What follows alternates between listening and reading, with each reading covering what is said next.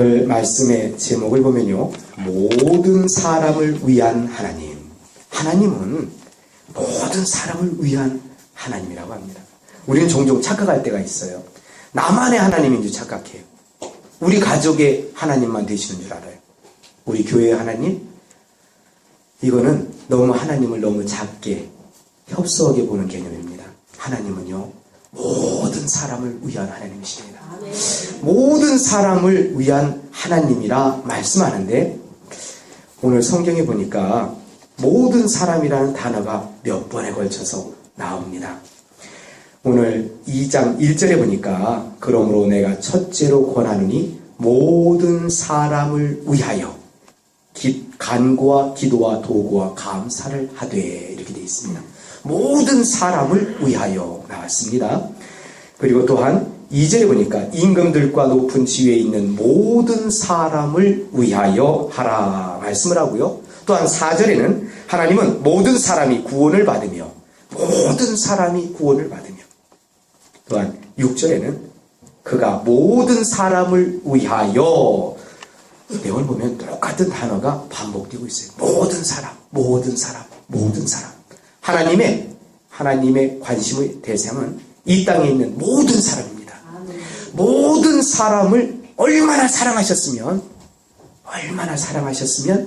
당신의 아들을 주셨겠습니까? 그 주셨다는 얘기는 생명을 주셨다는 얘기예요. 생명을 주시고 생명이 없는 이에게 그 생명을 전가시켜 주셨다는 얘기입니다. 우리 원래 다 허물과 죄로 죽어 있었습니다. 허물과 죄로 죽었던 사람이 살아난 사람이 되어서 이 시간 하나님 앞에 영과 진리로 예배하는 사람이 되었습니다.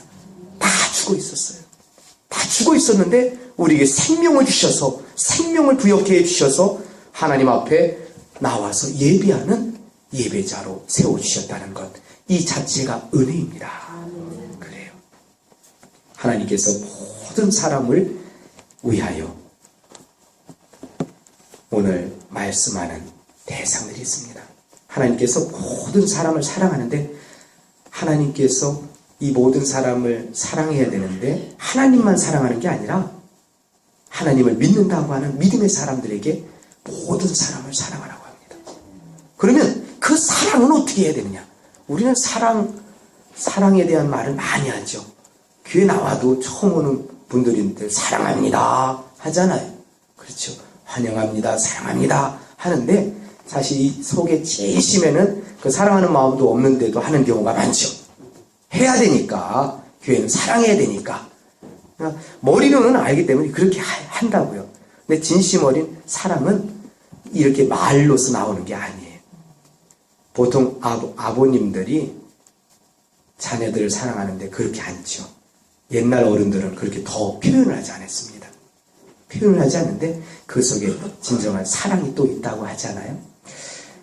자, 하나님께서 모든 사람을 위해서, 모든 사람을 위한 하나님으로 존재하시는데, 그 하나님께서 믿는 사람들에게 두 가지 요청을 하십니다. 한 가지가 기도입니다. 모든 사람을 위하여 기도하라. 우리가 진정 사랑한다면, 영혼들을 사랑한다면 기도해 줘야 됩니다. 그를 위하여 기도해 줘야 돼요. 기도고, 또 하나는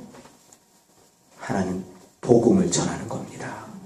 이 두 가지가 하나님께서 우리에게, 믿음의 사람들에게 요청하시는 모든 사람을 위하여 해야 될 두 가지 사실입니다. 하나는 모든 사람을 위하여 기도하고, 또 하나는 모든 사람을 위하여 복음을 전하라는 그런 말씀입니다. 그것이 왜 그렇게 중요한가? 왜 기도하는 것이, 모든 사람을 위하여 기도하는 것이 왜 그렇게 중요한지, 또한 모든 사람을 위하여 복음을 전하는 것이 왜 그렇게 중요한지 오늘 성경이 그것을 좀 자세하게 소개하고 있습니다. 왜 모든 사람을 위하여 기도해야 되나? 오늘 2장 1절에는 이렇게 말씀합니다. 그러므로 내가 첫째로 구원하노니 모든 사람을 위하여 간구와 기도와 도구와 감사를 하되, 이렇게 말씀을 해요. 기도가 지금 4가지 유형의 기도 내용이 있다고 합니다. 하나가 간구래요. 간구는요, 간절한 기도를 간구라고 그래요. 근데 언제 간절한 기도가 나와요? 생명이 위협을 당할 때, 아주 위기 가운데 긴박한 상황이 딱 처해졌을 때, 그때 긴박한 기도, 간절한 기도가 그때 나옵니다. 이 간구를 해야 되고요. 또 하나는 기도는 일반 평상시 우리가 보통 하는 기도라고 생각하시면 되겠어요. 간구는 여기 참 도구라고 되어 있죠. 세 번째는 도구라고 하는데, 이 도구는 다른 사람을 위한 기도를 말합니다. 이것을 다른 번역 성경에는 중보기도라 이렇게 말씀합니다. 간구와 기도와 도구인 중보기도, 또 하나는 감사를 해라, 감사기도를 말합니다. 그러니까 네 가지 기도가 뭐가 있다고요? 간구와 기도와 도구와 감사가 있다고 합니다. 이걸 누구를 위해서 하라고요? 모든 사람을 위하여 하라고 합니다. 자, 이 모든 사람 중에는 내 자신이 될 수 있겠죠. 나 자신이 될 수 있고, 또한 나의 가정이 될 수 있어요. 또한 나의 이웃이 될 수 있습니다. 이 교회 공동체가 될 수 있어요. 이 나라, 이 민족, 온 세계에 있는 모든 백성들이 될 수가 있습니다. 그래서 모든 사람을 위하여 기도하래요.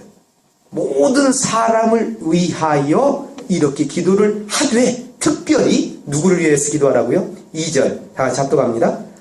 임금들과 높은 지위에 있는 모든 사람을 위하여 하라. 아멘. 임금들과 높은 지위에 있는 모든 사람을 위하여 하라, 이렇게 말씀했어요. 임금들이면 임금은 각 나라에 한 사람씩 있잖아요. 그렇죠?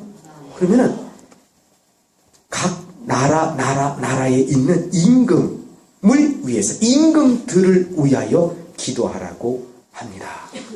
그러니까 우리 주변에 있는 나라들이 많죠. 특별히 미국, 일본, 중국, 러시아, 이렇게 여러 주변의 열강들의 나라들이 있어요. 특별히 북한의 김정은을 위하여 기도해 줘야 됩니다. 왜 기도해야 되느냐? 그 이유를 간단히 소개하고 있습니다. 이는 뭐라고 되어 있어요? 우리가 모든 경건과 단정함으로 고요하고 평안한 생활을 하려 함이라. 아멘. 우리가 모든 경건은 하나님과의 관계예요. 하나님 앞에서 바른 신앙생활할 수 있도록, 온전한 신앙생활할 수 있도록, 또한 단정함으로 고요하고 평안한 생활을 하려 함이라, 이렇게 말씀합니다. 그런데 이것이 오늘 3절에 보니까 우리 구주 하나님 앞에 선하고 받으실 만한 것이라고 합니다. 이렇게 하는 것이, 이렇게 기도하는 것이 우리 구주 하나님 앞에 선하고 받으실 만한 것이라 말씀하는데, 이 기도를 할 때 하나님께서 열강들, 각 나라의 임금들의 마음을 주장하신다고 합니다. 사람 마음이요, 조속변이라고 하죠. 아침과 저녁에 막 움직인다고 하는 거 아니겠어요? 그렇게 되는데 하나님 앞에 기도를 해야 돼요. 우리가 다음날 어떤 결심을 하죠. 결심을 했는데 한 주도 못 가도 작심삼일이라는 말이 그냥 나오는 게 아니에요. 신앙의 결단도 마찬가지입니다. 하루아침에 변하는 경우가 우리 사람의 마음이에요. 그러니까 믿을 거는 사람 마음을 믿으라는 게 아니에요. 믿을 대상은 하나님밖에 없습니다. 그래서 그 하나님 앞에 그 마음을 붙잡아 주시라고, 마음이 하나님을 향해서 나아갈 수 있도록. 그리고 각 나라의 지도자들, 우리가 어떻게 할 수 있어요? 우리가 할 수 있는 거 아무것도 없잖아요. 우리가 할 수 있는 것은 오직 기도밖에 없어요. 긴박한 상황, 저도 간절히 기도했던 요 근래에는요, 북한이 쳐들어올까봐 저도 기도를 했습니다. 간절하게. 아니, 그건 하지 말라도 자연스럽게 나오더만요. 이 속에서 제 아들 녀석이 그래요. 언제 쳐들어와요? 이런 얘기를 하는데 이게 심각하더라고요. 이게 애는 넷이나 있지, 이게 전쟁이 일어나게 되면 목사가 제일 먼저 갈 텐데. 자, 이런 생각을 하니까 심각한 얘기거든요. 이 전쟁이 일어나면 그냥 한순간에 같이 깨끗하게 가면은 그것만큼 깔끔한 게 없을 텐데, 그게 우리 소원대로 되나요? 그건 안 되잖아요. 그러면 얼마나 그러면 경건한 생활 할 수가 없습니다. 김정은이라는 지도자가요, 순간 잘못 먹는다든가 그 주변에 있는 높은 지위에 있는 사람들이 잘못 먹기만 하면요, 이건 그냥 전쟁으로 바로 터질 수밖에 없는 상황이거든요. 그러니 긴박한 상황에서는요, 그들을 위해서 기도해야 돼요. 왜? 전쟁은요, 하나님께 달려있다고 하죠. 그건 전쟁이 일어났을 때 얘기예요. 전쟁이 일어났을 때 승리는 하나님께 있다는 얘기예요. 그러니까 전쟁이 일어나지 말아야 될 거 아니에요. 일어나지 않도록 하나님 도와주세요. 하나님 저희 불쌍히 여겨주세요. 이런 경우도 있습니다. 우리가 너무나 죄가 관영해서 하나님이 전쟁을 혼낼 때도 있어요. 이스라엘 백성들의 그게 역사적으로 증명되거든요. 그렇기 때문에 하나님 앞에 이 백성의 죄를 놓고 하나님 앞에 회개해야 되고요. 그러면서 그 김정은 지도자 또한 미국 전쟁이 일어나면 도와줘야 될 거 아니에요. 그러니까 이런 모든 부분들을 위해서 같이 기도로 나가야 됩니다. 왜요? 오늘 말씀처럼 경건과 단정함으로 고요하고 평안한 생활을 하려 함이라. 그런데 단지 여기에만 국한된 게 아니에요. 이렇게 되어야 그때 복음을 전할 수가 있습니다. 하나님은 오늘 성경 4절에 이렇게 말씀합니다. 하나님은 모든 사람이 구원을 받으며 진리를 아는데 이르기를 원하시느니라 말씀을 합니다. 하나님은요, 모든 사람이 구원받기를 원하신대요. 모든 사람이 구원받고 진리를 아는데 이르기를 원하시느니라 말씀을 하는데, 제가 하나님께 그런 질문이 나오더라고요. 하나님, 모든 사람이 어떤 상태에 있길래 왜 구원받기를 원하세요? 구원이라는 말은 공경과 위기 가운데 있다는 얘기잖아요.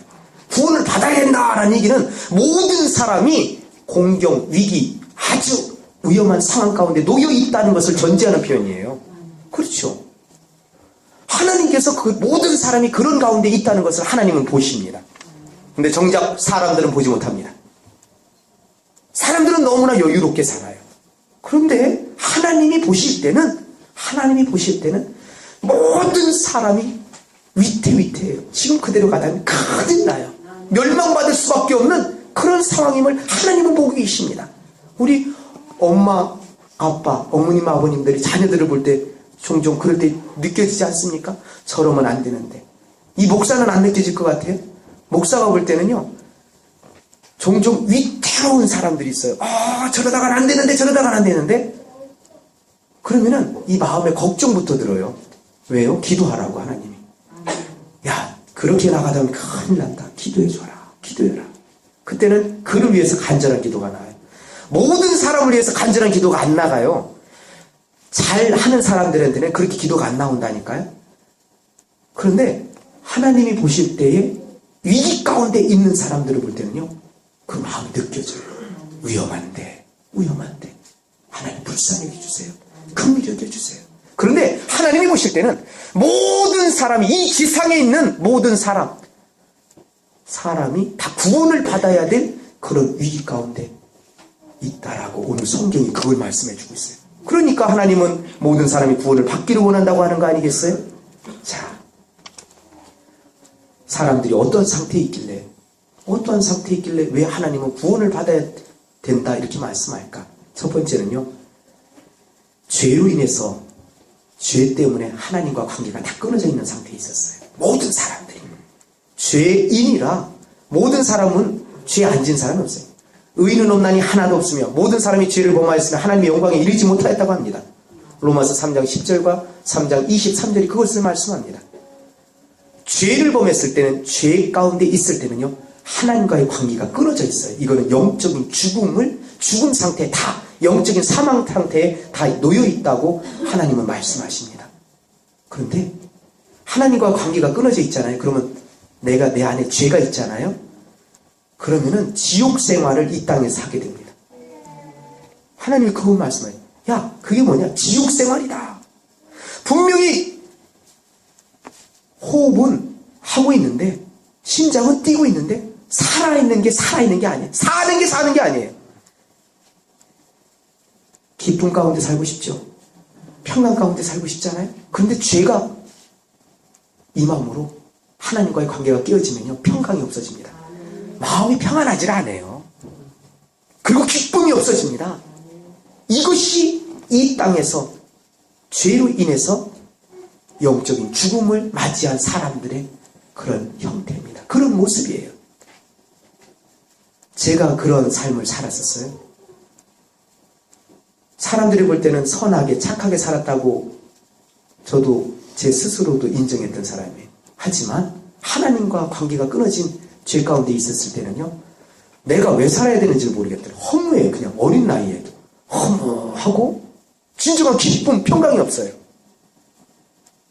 그런 상태에 있었어요. 하나님이 그런 상태에 있는 사람들이 구원받기를 원하십니다. 구원받으면 그때부터 마음의 평강과 기쁨이 넘쳐가기 시작합니다.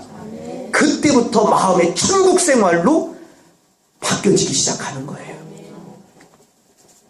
그리고 하나님이 보실 때는요, 지금 그런 상태에 있으면 나중에 우리 영혼이 돌아가는 날이 있어요. 이것을 세상에서는 죽는다 이렇게 표현합니다. 영혼이 돌아갈 때가 있다니까요. 이 육신은, 흙은 다 땅으로 돌아가지만 영은 그것을 주신 하나님께로 돌아갑니다.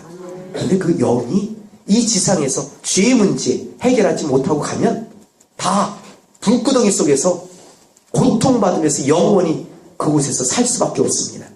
하나님이 보실 때 이 지상에 있는 모든 사람들을 보니까 다 죄 가운데 있고, 죄로 인해서 하나님과의 관계가 다 끊어진 영적인 상황 가운데 있으니까 삶 속에서는 지옥 생활을 하죠.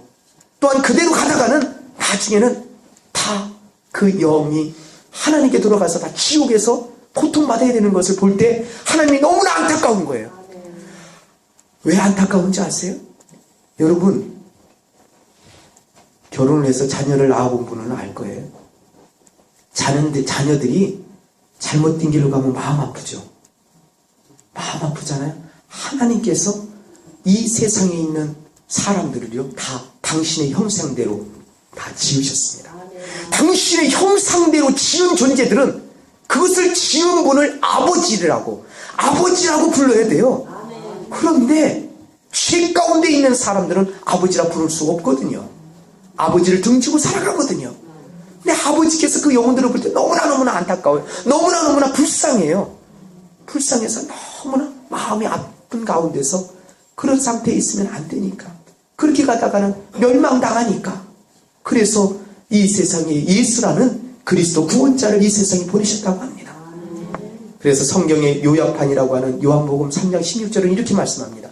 하나님이 세상을 이처럼 사랑하사 독생자를 주셨으니 이는 그를 믿는 자마다 멸망하지 않고 영생을 얻게 하려 하심이니라. 예수 믿지 않는 사람들은 다 멸망당한다니까요. 멸망의 위기에 다 놓여있는 걸 하나님이 보시니까 너무나 안타까웠어요. 그리고 하나님께서는 원래 사랑 자체시잖아요. 하나님은 사랑이시니라 말씀합니다. 사랑이신 하나님께서 보실 때 너무나 마음이 안타까워요. 이러다가 큰일 나는데. 그래서 우리가 부모님들에게 자녀들이 엇나간 길로 갈 때, 그릇된 길로 갈 때 부모님의 마음이 아픈 게 하나님의 마음을 헤아려 보라고, 하나님의 마음이 어느 정도인지를 이해하라고 그런 아픔을 우리에게 경험하시기도 합니다. 그래요. 하나님은요, 당신의 자녀들이, 당신의 형상대로 지음받은 자녀들이 그 죄로 인해서 이 땅에서 지옥 생활하는 것을 원치 않습니다. 또한 그들의 영혼이 나중에 죽어서 지옥 가는 걸 하나님은 도저히 볼 수가 없었어요. 그래서 당신의 하나밖에 없는 유일하신 아들이신 예수님을 이 지상에 사람으로 보내셨습니다. 그분을 중보자로 보냈다고 그래요. 오늘 성경에 5절에 이렇게 말씀하죠. 하나님은 한 분이시오. 이 하나님은 여호와 하나님을 말씀합니다. 두 번째, 또 하나님과 사람 사이에 중보자도 몇 분이요? 한 분이시라고 합니다. 그 한 분이 곧 사람이신 그리스도 예수라 말씀합니다. 중보자는요, 하나님과 사람 사이에서 화해를 가져오는 역할을 하는 사람이에요. 그러면은 죄로 인해서 하나님과 사람 사이가 불화 가운데 있다는 거예요. 관계가 깨어져 있어요. 죄로 인해서 깨어져 있어요. 뭔가 불편해요. 하나님도 불편하고 사람도 불편해요. 이 중간에 화해를 시킬 목적으로 이 땅에 화목제물로 오신 분이 예수님이라는 거예요. 예수님은요, 여호와 하나님과 저 하늘에서 함께 계셨던 하나님이셨습니다. 여호와도 하나님이셨고 여호와는 한 분이세요. 아들 되시는 예수님도 하나님으로 여호와 하나님과 함께 저 하늘에 계셨습니다.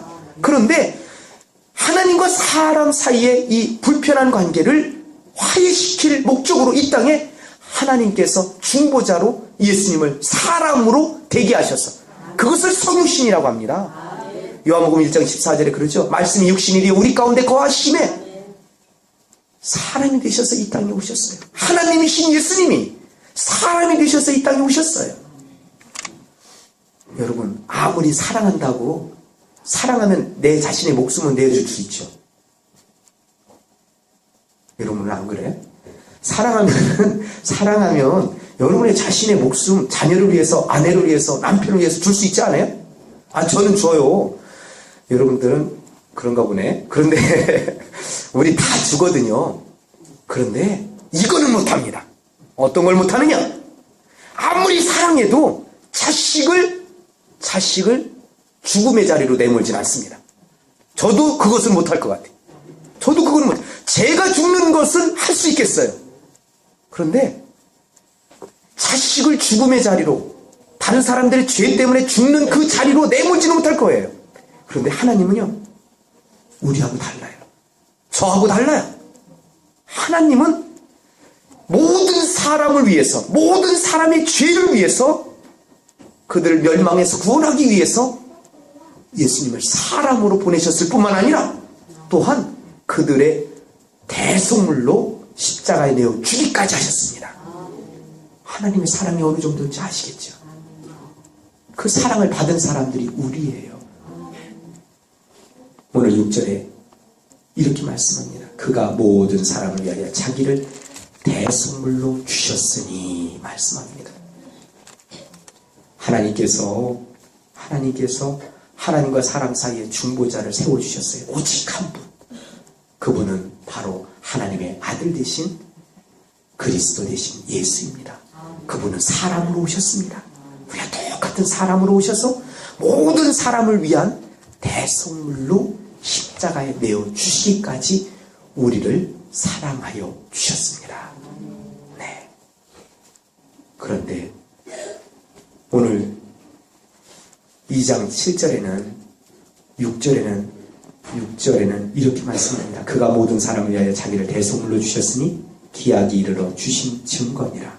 이를 위하여 내가 전파하는 자와 사도로 세우심을 입은 것은, 자, 바울 사도가 이렇게 표현해요. 이를 위해서 모든 사람을 위하여 보내신 중보자 되신 그리스도 예수, 그 그리스도 예수께서 모든 사람을 위하여 대속물로 자신을 주셨는데, 자신은 그 하나님과 하나님께서 보내주신 그 주 예수 그리스도에 관한 복음을 전파하는데 전파자로 세움을 입었습니다. 또한 사도, 보내심을 입은 자로서, 보내심을 받은 사람으로서 본인은 지금도 선교 사명을 감당하고 있습니다. 이렇게 이야기를 합니다.